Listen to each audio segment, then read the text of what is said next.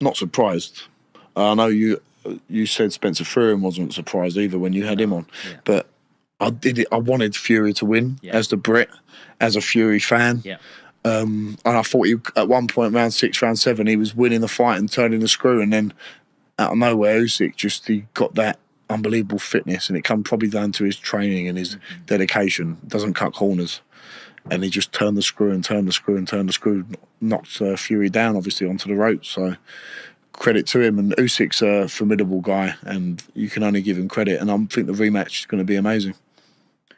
What mistakes do you think Tyson Fury made in that fight? I spoke to Jimmy Tibbs about this, legendary trainer, obviously, dad of my trainer, Mark Tibbs. And he said, yeah, he looked good. He lost weight, but not always good to lose weight as a heavyweight. He might have been better off being 19, 20 stone. I don't know what their plan was in the camp. I'm not an expert on their camp. I'm not trying to tell them what to do, but it made sense to me. If you're a big guy, you might not look body beautiful. You never will. And maybe that bit of weight might have helped him. Could have hindered him. Could have made him a bit slower. But sometimes losing weight lowers your punch resistance. You haven't got as much energy. You might look a bit better, but it might just be a little bit of an aesthetic thing rather than an actual fitness thing, you know.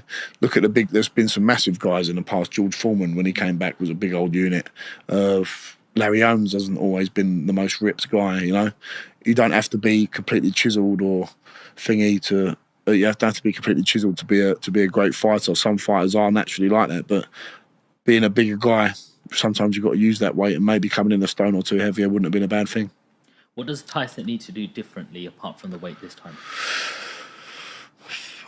That uppercut he was throwing was really effective when he was throwing that. I thought that was good. Maybe a little bit less showboating, but that's why we love Tyson Fury, because he is like that. And if he won that fight, we would have been singing his praises, saying he showboated at the same time. But that can all make a difference. That's another 2-3%. Maybe would have helped some energy down the line. But he's the bigger man. You've got to use that as best you can and keep sticking that big jab in his face, whether it's a big hard jab or a sticky little annoying jab, you know. Use that, and then you can blind him with that, and we'll keep bringing that uppercut, because I thought them uppercuts were beautiful he was hitting him with. It was a shock when Usyk hit him straight on the face. But it just felt like something. I was gutted. Even he felt like that. I was like, my heart was going down. It's like watching the England match and they're gone down. Know. You know what I mean? That's how I felt. I can't believe how he stayed up, Fury. You've got to give him credit for that. And he saw it through, because a big man like that, getting caught like that, and the energy it takes to stay up, he's a fighting man. And we've got to remember he's had 3 fights with Wilder, and Wilder's a shell of what he used to be. And you've got to ask yourself, how much of them fights taken out of Tyson Fury and Deontay Wilder, especially the 3rd fight. That was an all-out war. And as a professional boxer, and especially a heavyweight, you can only have so many wars like that before it catches up with you, you know? Why? Wear and tear, big old unit. Human beings aren't designed to smash each other up like that, especially 20 stone guys, 16 stone, 17 stone plus. You can't take severe punishment like that, getting punched on the head. It's not healthy, is it? That's the bottom line, to be getting punched in the head repetitively, especially by the big guys. So you can only go to the well so many times, and Fury's probably only got 1 or 2 more times to do it. So what do you think of someone like Mike Tyson stepping in the ring again against Jake Paul? I think it's a farce. I think it's an absolute joke. And it's not happened, and I'm glad it's not happened. Almost 60 years old. I used to like Jake Paul. I used to think, he's doing something quite good, trying to dedicate himself, but I've got no time for it. I think it's all quite rubbish now. What do you think of that whole scene of influencer boxing, misfits, all of that? It's not boxing, it's entertainment.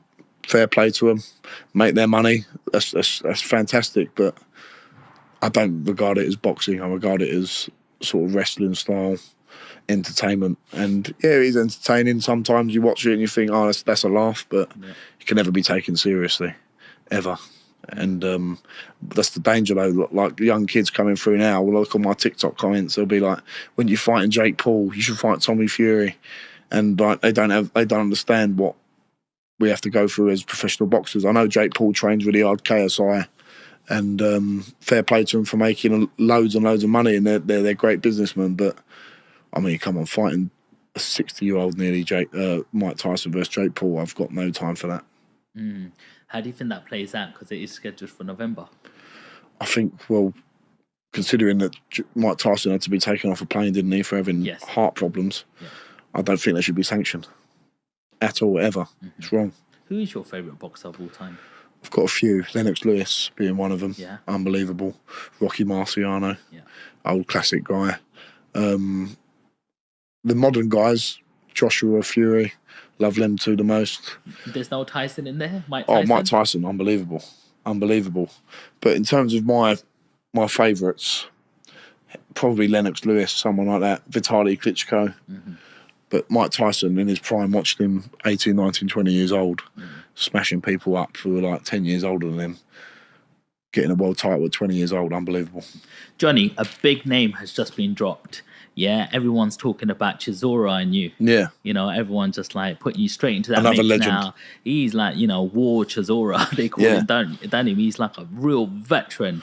Couldn't believe he beat Joyce. Couldn't believe that. Yeah, I thought Joyce would be able to deal with him, but Chisora just keeps coming back. He's had 2 wins on the... Is it 2 wins on the bounce now? Who did he fight before? He fought someone else recently, but he just keeps coming back. And if he's still winning, Joe Joyce is a great name to have on your resume. So I've got a lot of time for Joe Chisora. He's a legend, and people have been bounding our names around. Eddie being the main man who's been doing that, and I feel a bit disrespectful to thinking like I'm calling for that fight. So I'm not calling for it, but if Derek Chisora came and said, let's have a fight at the O2, let's set it out, I want to do it, I wouldn't say no. It would be an honour to share the ring with Derek Chisora, and I think I'd have a good chance in. I'm not saying I'd win it, but I'll give a good account of myself, you know? Yeah. How much of a task is it for Chisora being a 40-year-old? That's the problem. Maybe if it was 3-4 years ago, I'd feel slightly differently. But age waits for time waits for no man, and he's been in some grueling fights, and I think Del Boy's a great character, and I think he's a unbelievable guy, unbelievable for British boxing. He'll go down and be remembered by a lot of people, and time waits for no man. How important is timing in terms of when you're facing your next opponent? You know, if you go straight for Chisora, where do you go from there? You might be able to, you know, face an opponent like that. You might be able to get through a wall like that and show a lot of, you know, toughness. But is it too fast, too soon? Because you've had all these first-round knockouts. Not sure how much experience you're getting in the sort of actual ring. Fighting Chisora, imagine beating him. Where do you go from that? That's the thing. It's not an immediate fight. It's whether it's just an idea that's been bounded about. I've obviously got Rudenko locked in for my next fight. That could give me some great experience. He could be he'd probably be my toughest fight to date. And then you assess from there. It's very important, as you say. You've got to look at one fight at a time. And all that's on my mind right now is beating Rudenko whenever that happens in the next month or two. How does it feel like when you're training for a fight? You've got your trainer there, you've got a manager there, you've got a whole team around you. What happens when you're in that ring and you're alone all of a sudden?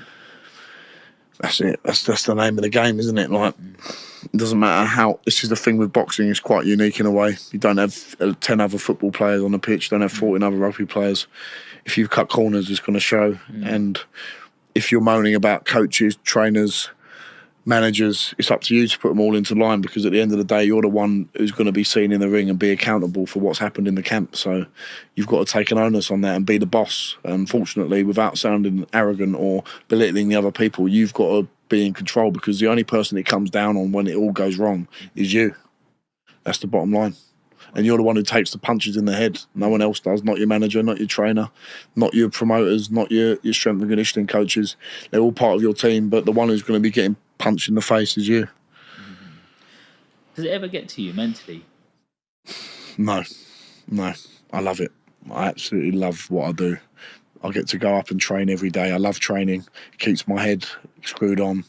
If I couldn't train, I think I don't know what I'd do. It keeps me sane, for like it does for a lot of people. So yeah, I absolutely love the ability that I've got to go and train and do something I love every day.